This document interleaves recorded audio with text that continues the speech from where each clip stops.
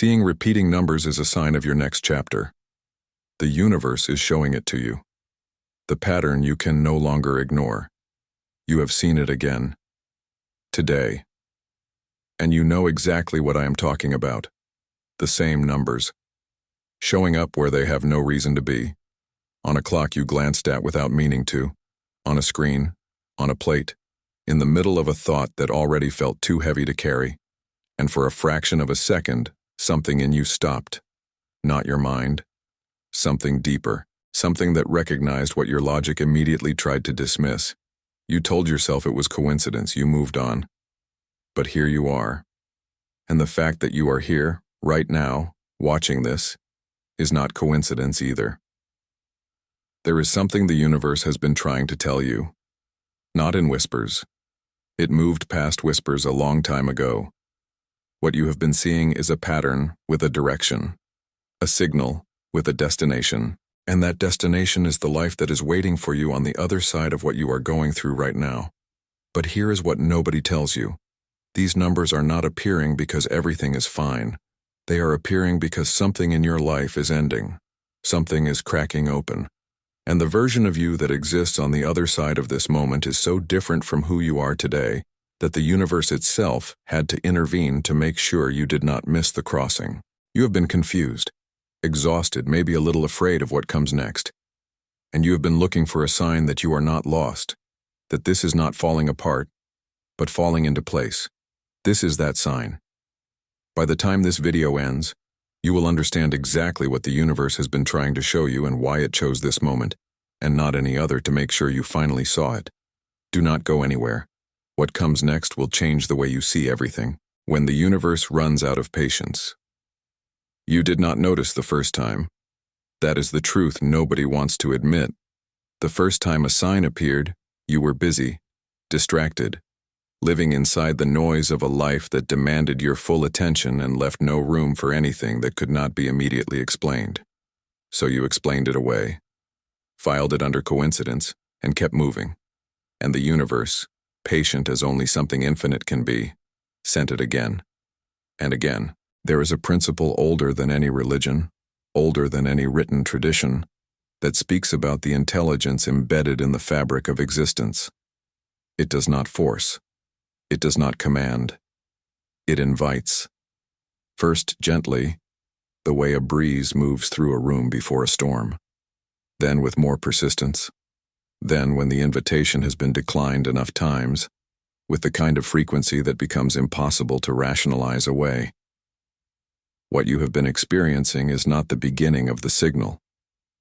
It is the escalation of one that started long before you were paying attention. Think about the timing. These numbers did not begin appearing on an ordinary Tuesday when everything felt aligned and your path was clear.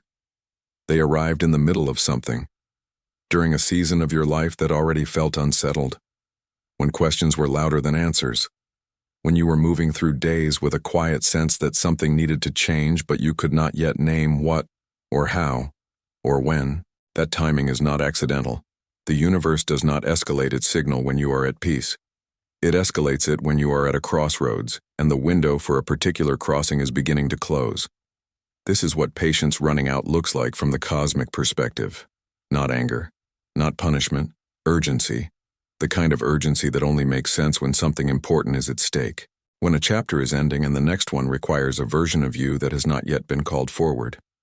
When the soul is standing at the edge of its own expansion, and something needs to interrupt the inertia long enough to make the leap possible. The numbers you have been seeing are that interruption. They are not decorative. They are not the universe's way of offering you comfort so you can remain exactly where you are.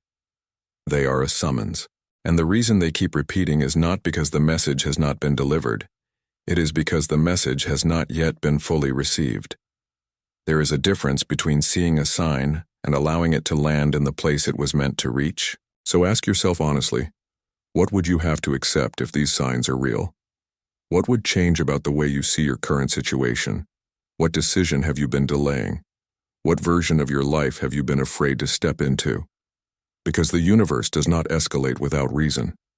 And the reason it is speaking to you now with this frequency and this persistence is that the next chapter of your life requires you to move. Not someday. Now. And what that next chapter looks like is something this video is only beginning to reveal. The trance you didn't know you were in. Before you can understand what the numbers mean, you need to understand what they interrupted. Most people do not realize they are living on autopilot. Not because they are unconscious in the dramatic sense, but because autopilot is comfortable. It is familiar. It is the accumulated weight of every routine, every expectation, every story you have told yourself about who you are and what is possible for you. You wake up, and the day runs along a track that was laid down long before you had any say in its direction. You think the same thoughts, react in the same ways, interpret new experiences through the same old filters, and life begins to feel like a loop you cannot quite escape, even when you sense somewhere deep and wordless that you were made for something more than this. This is the trance. Not dramatic, not dark, just deeply, quietly limiting. And here is what makes it so difficult to break. The trance feels like reality. It feels like simply the way things are. It does not announce itself as a limitation. It announces itself as common sense, as practicality, as the reasonable way to navigate a world that does not reward dreaming too loudly or trusting too openly. So you stay inside it, moving through days that look full from the outside but feel hollow from the inside, doing what is expected, feeling what is permitted, dreaming only as far as the edges of what already seems possible. The repeating numbers are cosmic circuit breakers. That is their function at the most fundamental level. They appear in the middle of the ordinary and create an instant of dislocation, a fraction of a second where the mind does not know what to do with what it is seeing, where the automatic interpretation fails, where something cracks open just enough to let a different quality of light in. That crack is not accidental. It is engineered. The universe knows exactly where autopilot lives, and it knows exactly how to interrupt it. Carl Jung called it the phenomenon of the threshold, the liminal space between one state of being and another where the old self becomes permeable and the new self becomes possible. You cannot cross a threshold while you are asleep. You cannot step into the next chapter of your life while every mechanism inside you is working to preserve the current one. Something has to wake you up. Something has to make the familiar feel suddenly, undeniably insufficient. The trance has to crack before the crossing can begin. Every time you saw those numbers and felt that flicker of something, that pause, that inexplicable sense of recognition, you were at the threshold. The trance was breaking. Not all at once, because thresholds rarely open in a single dramatic moment. They open in accumulations, in repeated invitations, in the patient, persistent insistence of a universe that knows exactly how long it takes a soul to finally stop sleepwalking and step deliberately into what it came here to become. You are not in the trance anymore. The very fact that you are here, asking these questions, feeling what you are feeling, is proof of that. But there is something even more precise happening beneath the surface of these signs, something that goes far beyond a simple awakening. The numbers are not just waking you up. They are pointing you somewhere specific, and where they are pointing is more precise than you have been led to believe. Numbers as coordinates, not just comfort. There is a tendency, when people first begin to notice repeating numbers, to treat them as reassurance, as the universe's way of saying you are not alone, keep going, everything will be fine. And while that comfort is real and valid, it is only the surface layer of what is actually being communicated. Staying only at the level of comfort is like receiving a letter written in a language you have not fully learned and understanding only the greeting, while the body of the message waits, unread, in plain sight. The repeating numbers you have been seeing are coordinates. They are not vague encouragements scattered into the atmosphere. They are precise indicators of where you are in the arc of your own soul's journey. They mark a location, not a geographical one, an energetic one, a specific threshold in the unfolding of who you are becoming, at which the next step requires a particular quality of awareness that was not available to you before this moment.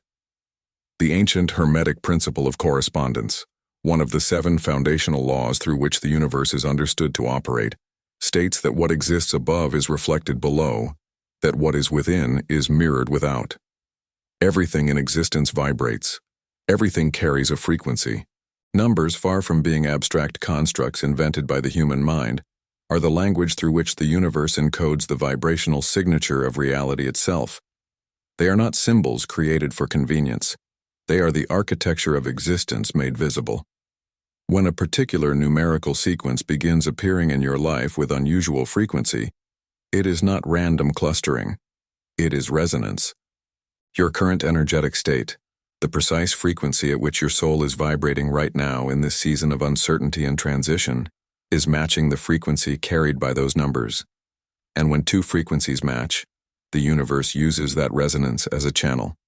The number that keeps finding you is not just a message. It is a mirror. It is showing you the exact vibrational address of where you are standing in the larger map of your becoming. This is why the same numbers do not follow everyone. This is why your signs are yours. Someone else moving through a completely different threshold in a completely different chapter of their soul's journey will be receiving completely different coordinates. The universe is not broadcasting generally.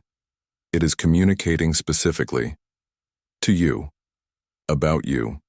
About the particular crossing you are at right now and what it requires of you. And here is where it becomes precise enough to feel almost uncomfortable. The coordinates are not just confirming your current location. They are pointing to what comes next. They are marking the edge of one territory and the beginning of another. The numbers are not saying you have arrived.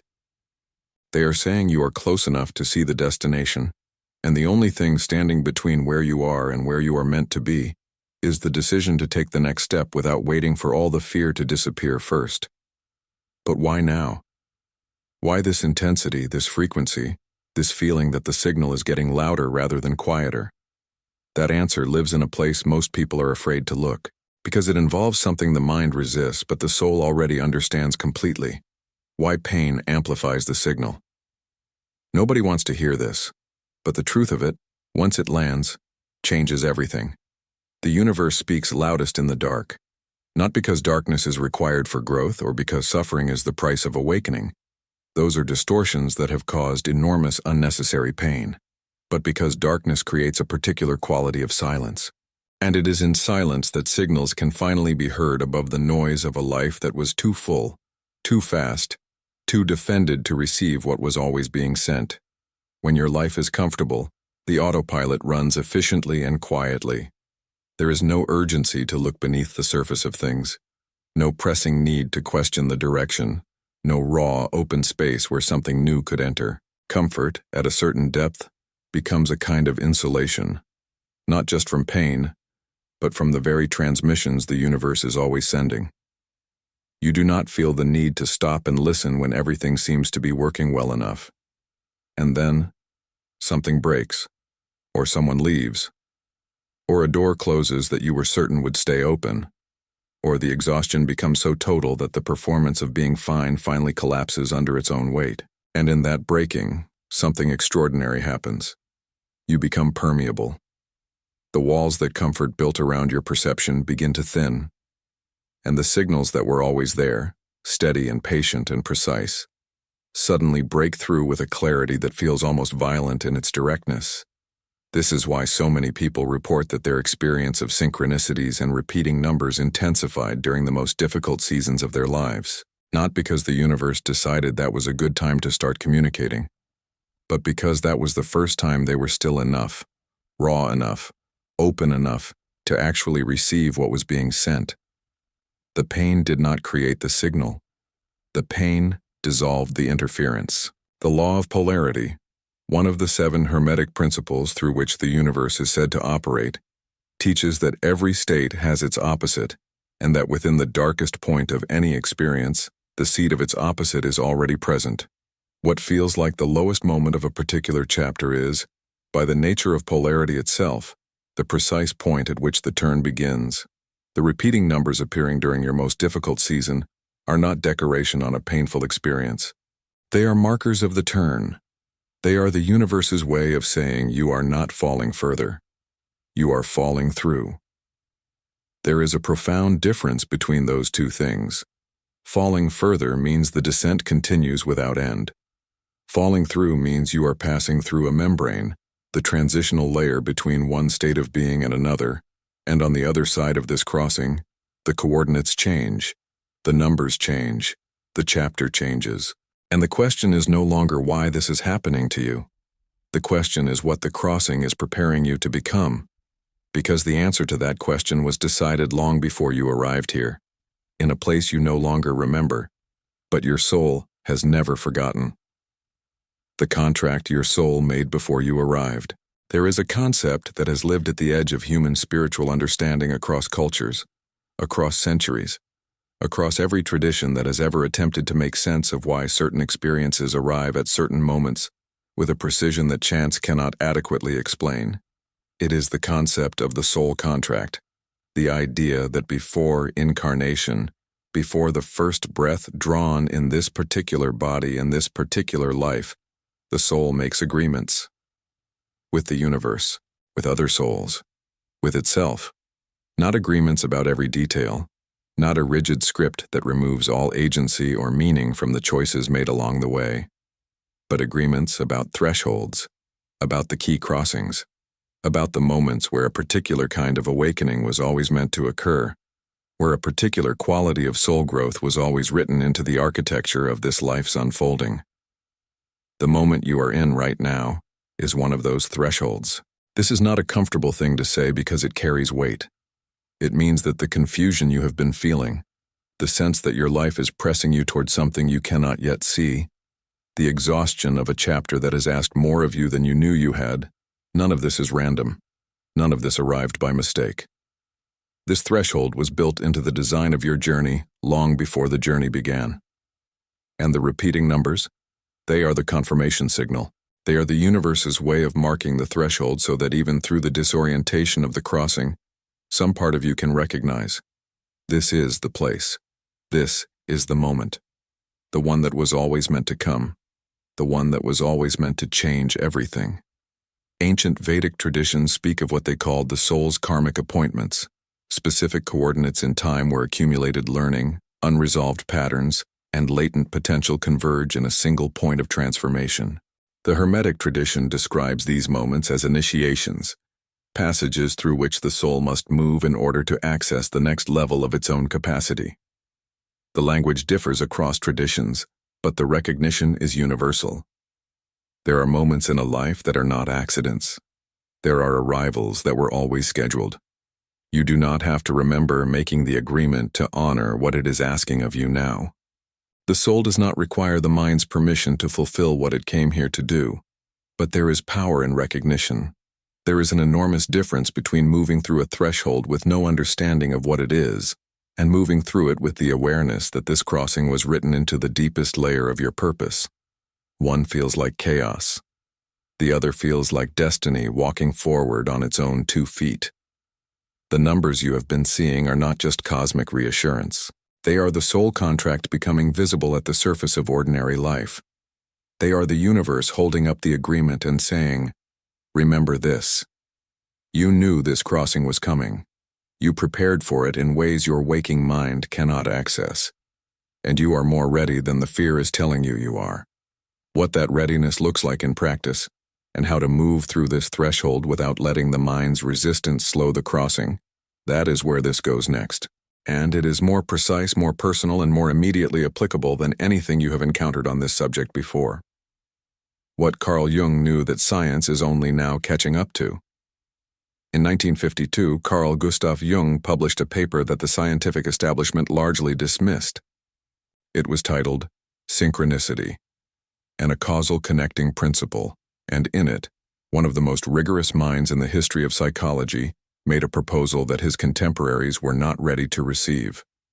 That certain events in the external world align with the inner states of the individual who experiences them not through any chain of cause and effect, but through meaning, not coincidence. Meaning.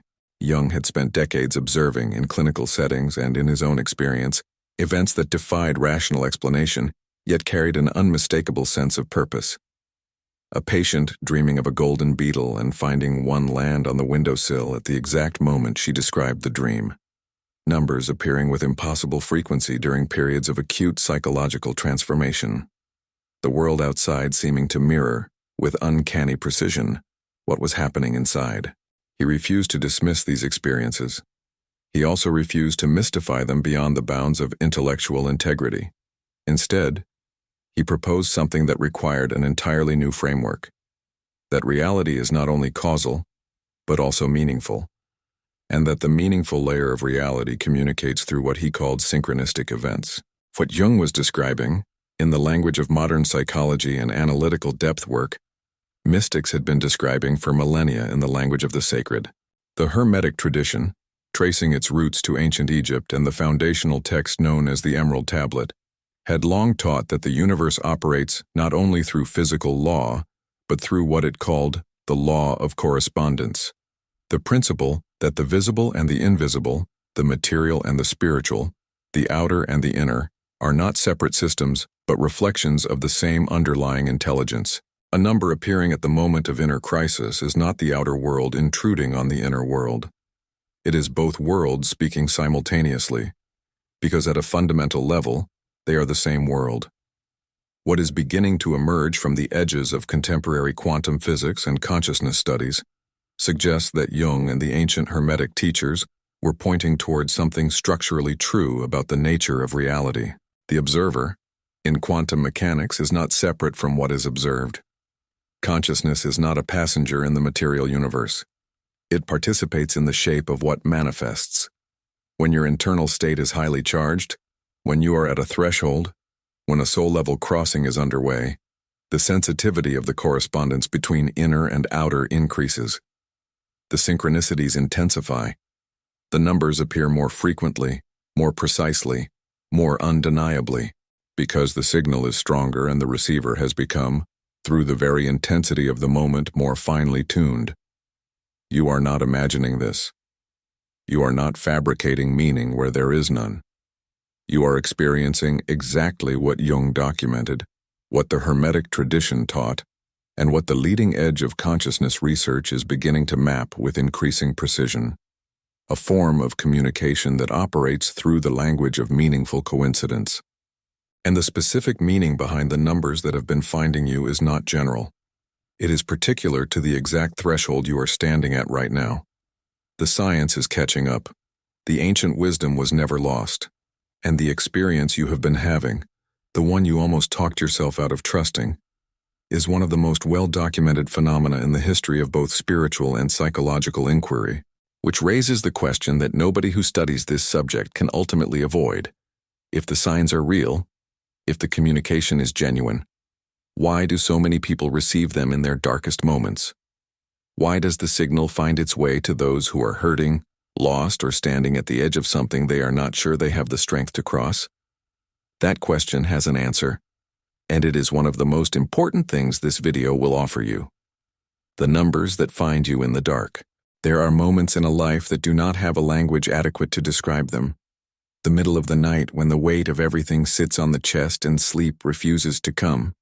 The morning after a loss when the world moves forward as though nothing has changed and you cannot find your way back into the current of ordinary existence. The long gray stretch of a season that has asked too much and given too little, where hope has not disappeared but has grown very quiet, as though it, too, is exhausted. It is in these moments that the numbers find you most precisely. Not to explain the pain, not to offer a logic that makes it bearable through understanding, but to confirm something that the darkness makes almost impossible to hold on to, that you are not forgotten, that the universe has not looked away from you in the middle of your worst season, that something vast and intelligent and oriented toward your becoming is present in the room with you even when you cannot feel it, even when every external circumstance seems to argue against it. There is a passage in the ancient Hermetic writings that has been translated in various ways across centuries, but carries a consistent core. That which is in the process of transformation is never abandoned by the intelligence that initiated the transformation.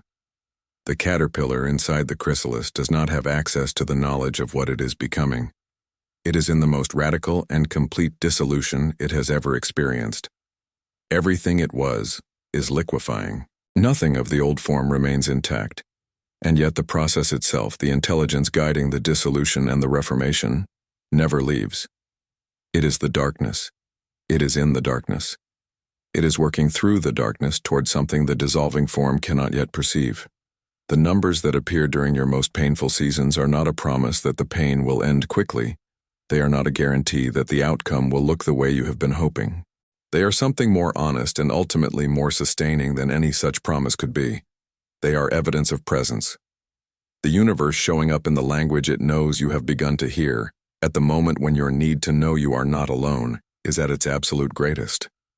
Many people describe the experience of seeing a repeating number in a moment of deep grief or crisis as a physical sensation, a sudden settling, a breath that comes more easily, not because anything external has changed, but because something internal has been confirmed. The soul recognizes the signal even when the mind has no framework for it. The body responds before the analysis begins, because at that level the communication is not symbolic. It is direct. Soul to soul, universe to the individual consciousness it has never, for a single moment, stopped watching over. What makes these moments of dark recognition so significant in the larger arc of what this video is pointing toward is this. They are the moments when the soul's capacity for trust is being actively deepened, not tested in the sense of a challenge designed to punish, but stretched in the sense of a capacity being expanded beyond what comfort ever could have produced. You cannot develop a bone-deep trust in the intelligence of the universe from a position of ease. That kind of trust is forged in precisely the seasons where the evidence seems insufficient, and the choice to believe must be made anyway. The numbers in the dark are not just signs. They are invitations into the most advanced form of spiritual relationship available to a human soul. The relationship of trust without proof, presence without explanation, faith that is not blind, but is deeper than sight, and the fact that you recognize them, even in the middle of everything you were carrying, says something profound about the kind of soul you are, something that connects directly to why this message found you, and not someone else, at this particular moment. Decoding the message without losing the mystery. Here is where most people take a wrong turn. They feel the sign, they sense the significance, and then, in the very human desire to understand, they reach for a system, a chart, a list. They type the numbers into a search bar and consume 6 different interpretations and emerge more confused than before, trying to match someone else's framework to an experience that was never meant to be universal. And in doing so, they replace a living conversation with a translation. They turn the universe's personal letter into a dictionary entry. And something essential is lost in that exchange. This is not to say that the existing knowledge around sacred numerology is without value.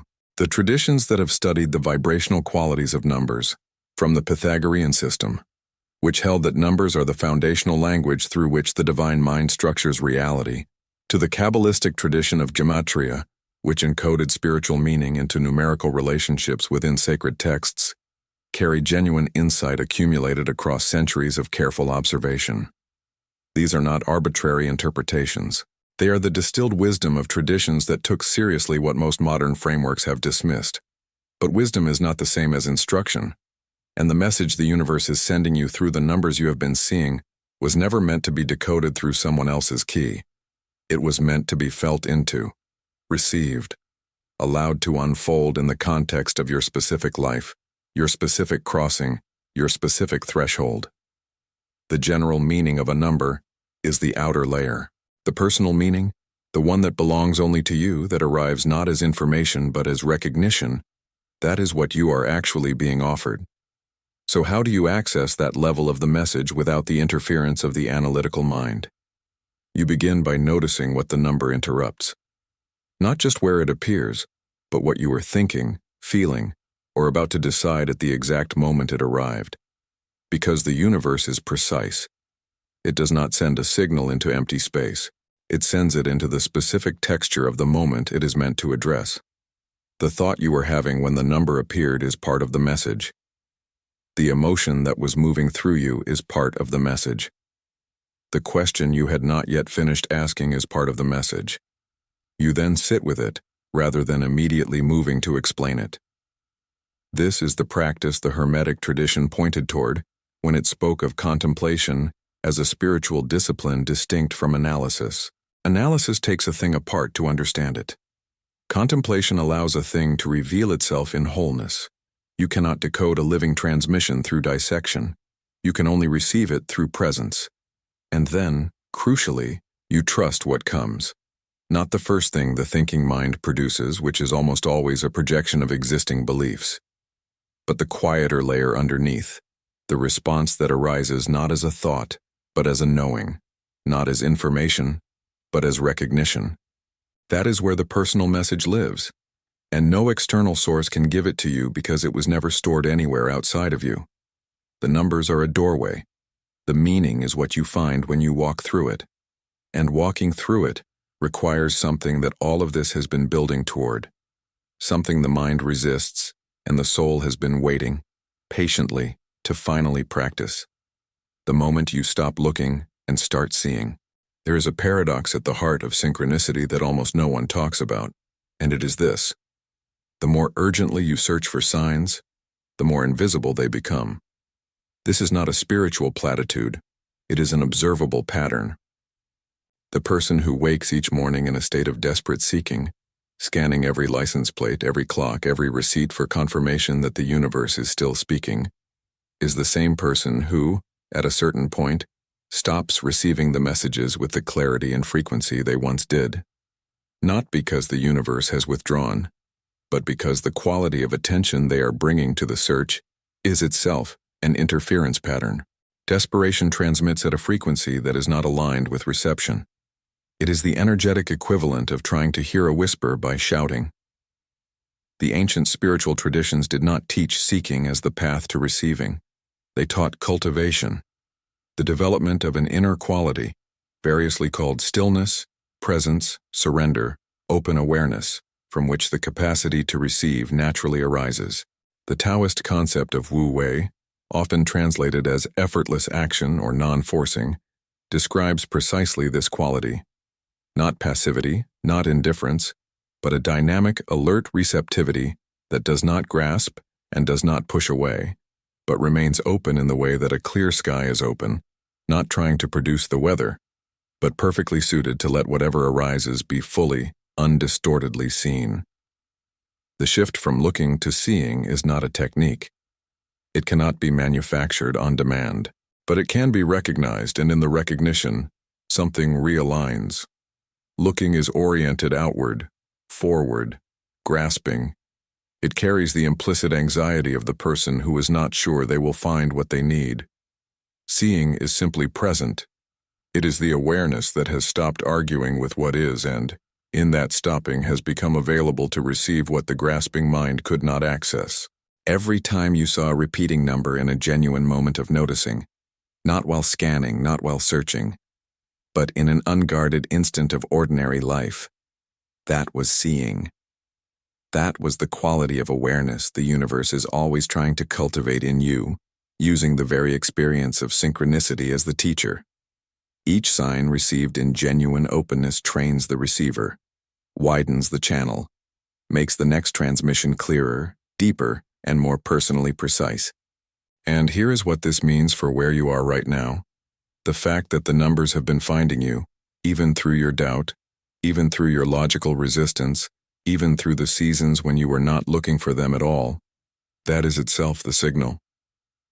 The universe has been training your awareness, widening your capacity to receive, preparing the instrument for something it needs to transmit with a clarity and a precision that required exactly this much preparation. You did not find these signs, they found you.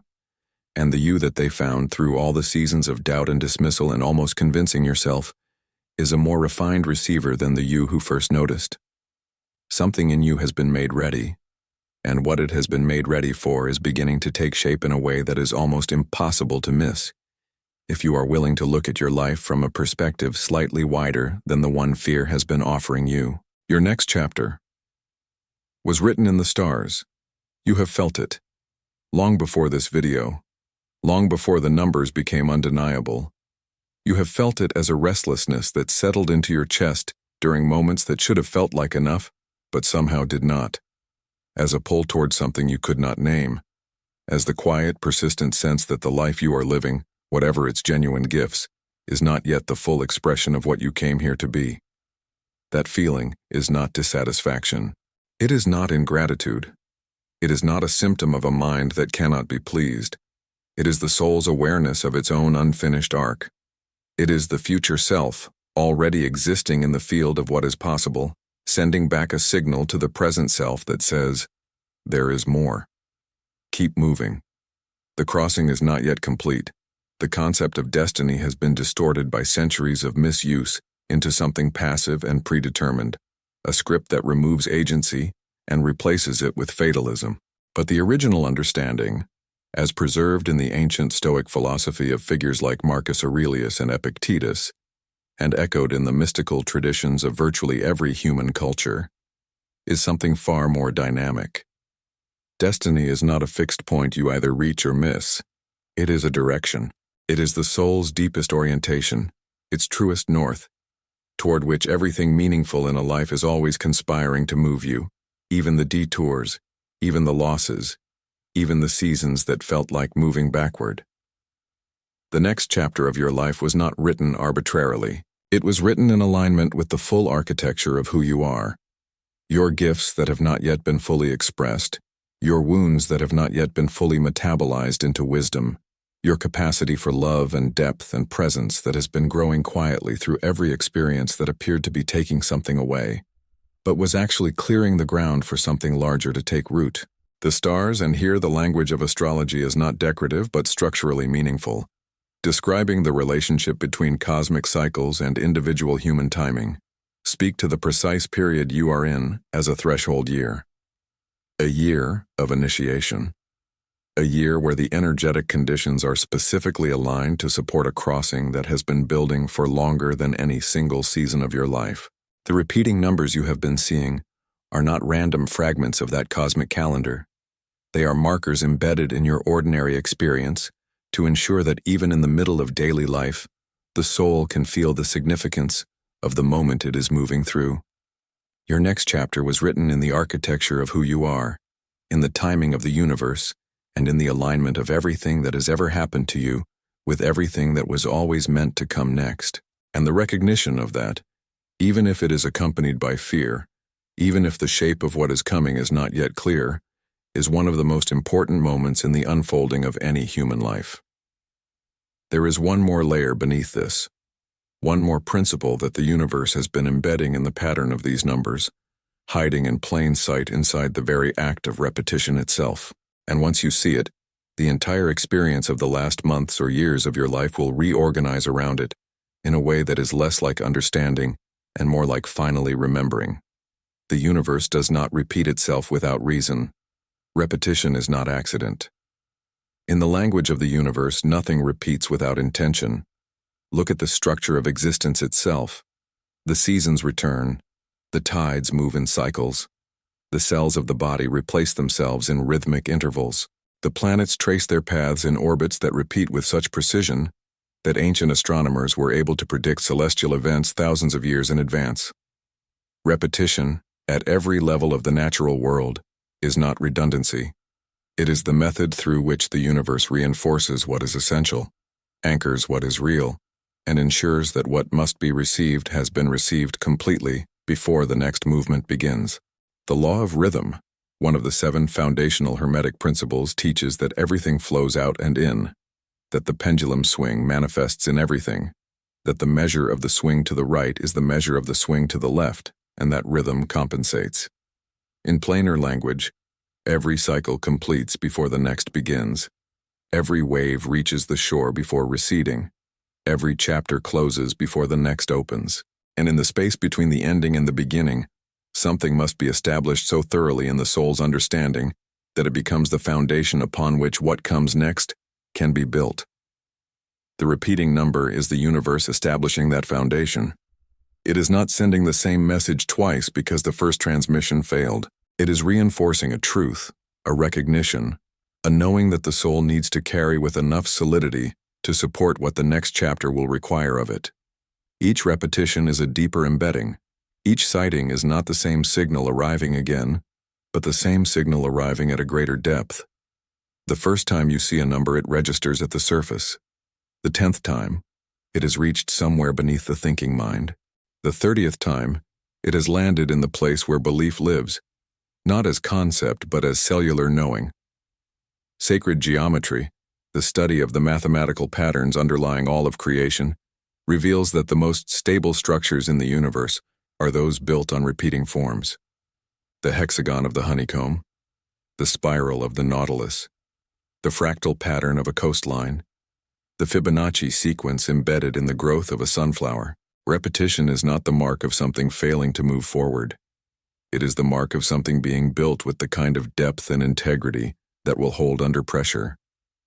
You have been receiving a repeated signal because the knowing it carries needs to be this deep in you before you cross the threshold. Not intellectually understood, not philosophically agreed with. Known in the way that you know your own name, felt in the way that you feel the ground beneath your feet. The universe has been building something in you through this repetition, layering certainty over doubt, anchoring trust beneath fear, ensuring that when the next chapter opens, the foundation it opens onto is solid enough to hold the weight of everything you are becoming. The repetition was never the message, the repetition was the method, and the message itself. The thing the universe has been working this hard and this long to make sure reaches you at a depth that cannot be argued away, is something you have been approaching from the very beginning of this video. It is something that requires not more information, but a different kind of courage. The kind that looks exactly like surrender. Surrendering control is not giving up. It is waking up. This is the one that the mind fights hardest. Because everything in the architecture of modern life is built on the premise that control is safety, that preparation is protection, that if you think hard enough, plan carefully enough, worry thoroughly enough, you can secure an outcome. And there is a version of that which is simply practical wisdom. Of course, there are domains of life where preparation and intentional action create better results. But there is another version of it, the version most people are actually living inside, that has nothing to do with practical wisdom and everything to do with fear. It is the fear that if you stop controlling, everything will fall apart. That the universe, left to its own intelligence, will not choose what you would choose. That surrender is the same thing as defeat. That acceptance is the same thing as resignation. And that trusting the direction of your own life to something larger than your own plans is naive at best and dangerous at worst.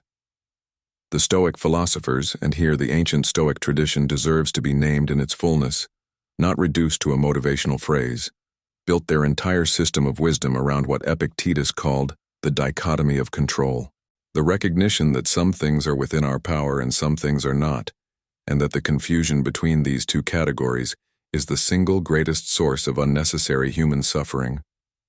What is within our power, our judgments, our intentions, our responses, our chosen orientation toward what happens.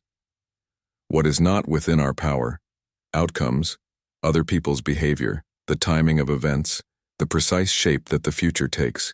Surrender, in the Stoic sense and in the mystical sense and in the deepest sense of what the universe has been trying to teach you through these signs, is not the abandonment of agency. It is the precise conscious act of returning your energy from what you cannot control to what you actually can. It is the decision to stop exhausting the soul on the management of things that were never yours to manage, and to redirect that energy toward the one thing that was always yours.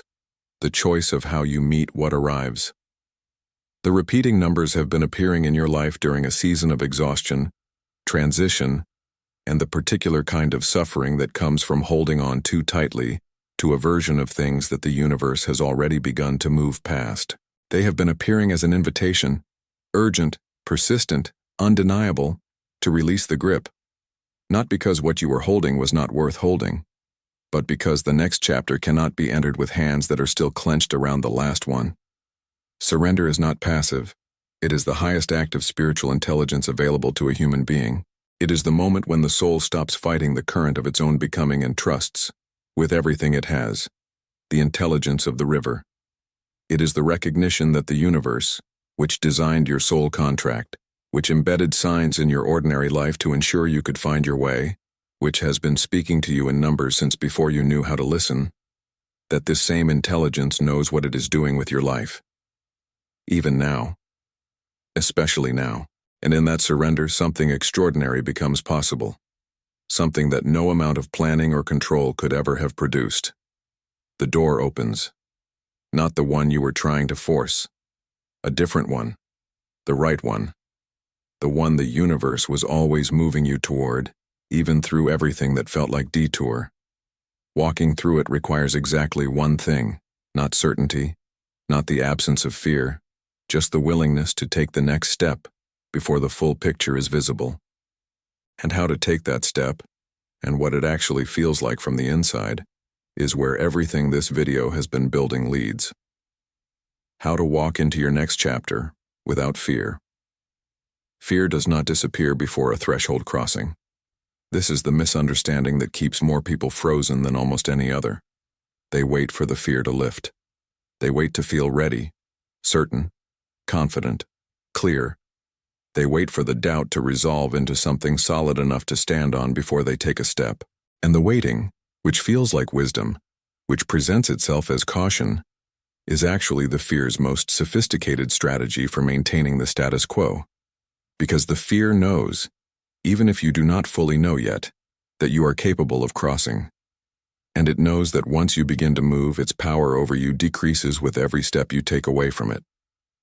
The crossing into a new chapter is not done in the absence of fear. It is done with fear present and moving anyway.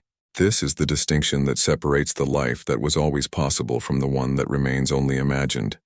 Not courage as the absence of fear, but courage as the decision that what you are moving toward matters more than the discomfort of not yet knowing how it ends. The first practical movement is not action in the external sense. It is reorientation. It is the deliberate choice to change the question you are asking of your life. The fearful question, the one most people are living inside without realizing it, is, what if this does not work out? What if I take the step and it is wrong? What if I trust and the trust is not justified? These are questions that look like discernment but function as paralysis. They are oriented toward the worst possible future and ask the present self to defend against it. The reoriented question, the one that carries the frequency of someone who has understood what the signs have been saying, is different. It asks, what does the next step actually require of me, not to guarantee the outcome but to honor the direction? What is the smallest, truest movement I can make right now that is more aligned with where I am going than where I have been? What would I do in this situation if I trusted even partially that the universe was as invested in my becoming as I am? Those questions are not naive. They are not the questions of someone who has abandoned discernment. They are the questions of someone who has understood that intelligent action and surrender are not opposites. That moving forward thoughtfully, in alignment with the soul's deepest knowing, is itself the response the universe has been asking for through every sign it has sent. The numbers you have been seeing were not telling you to sit still and wait for life to resolve itself. They were not a message of passive reassurance. They were markers on a path. And a path, by definition, is meant to be walked. Each step taken in genuine alignment, not forced, not fearful, but grounded in the trust that the crossing is real and the other side exists, changes the quality of what the next step reveals. The path becomes visible in the walking.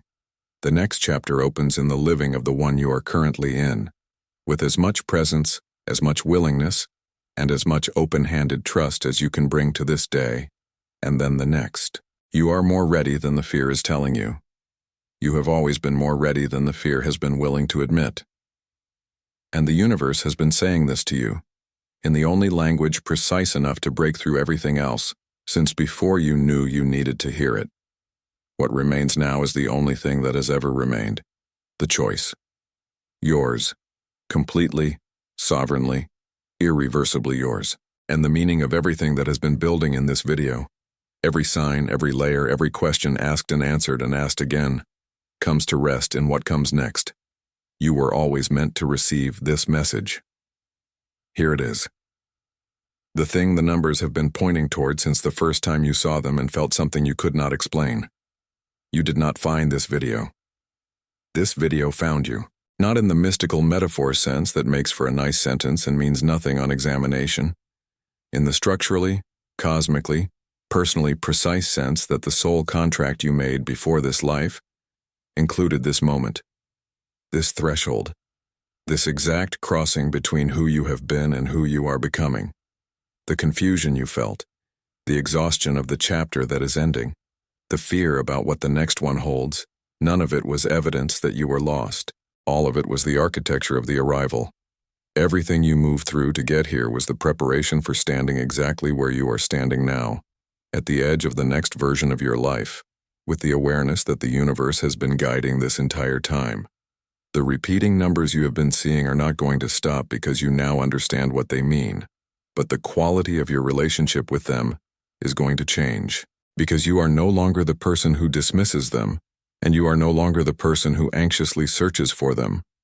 You are becoming the person who receives them, who moves through an ordinary day with the quality of awareness that recognizes when something meaningful is breaking through, and meets it with the stillness of someone who knows they are in conversation, with an intelligence that has never, for a single moment, stopped watching over them. The next chapter is not coming. It has already begun. It began in the moment you stopped dismissing what you were feeling. It began in the first instant you allowed yourself to sit with the possibility that the signs were real, that the communication was genuine, that the universe was not indifferent to the precise details of your particular life. The crossing was initiated the moment you said yes to that possibility, and everything since has been the continuation of a movement that the fear kept telling you to stop, but that the soul never once paused.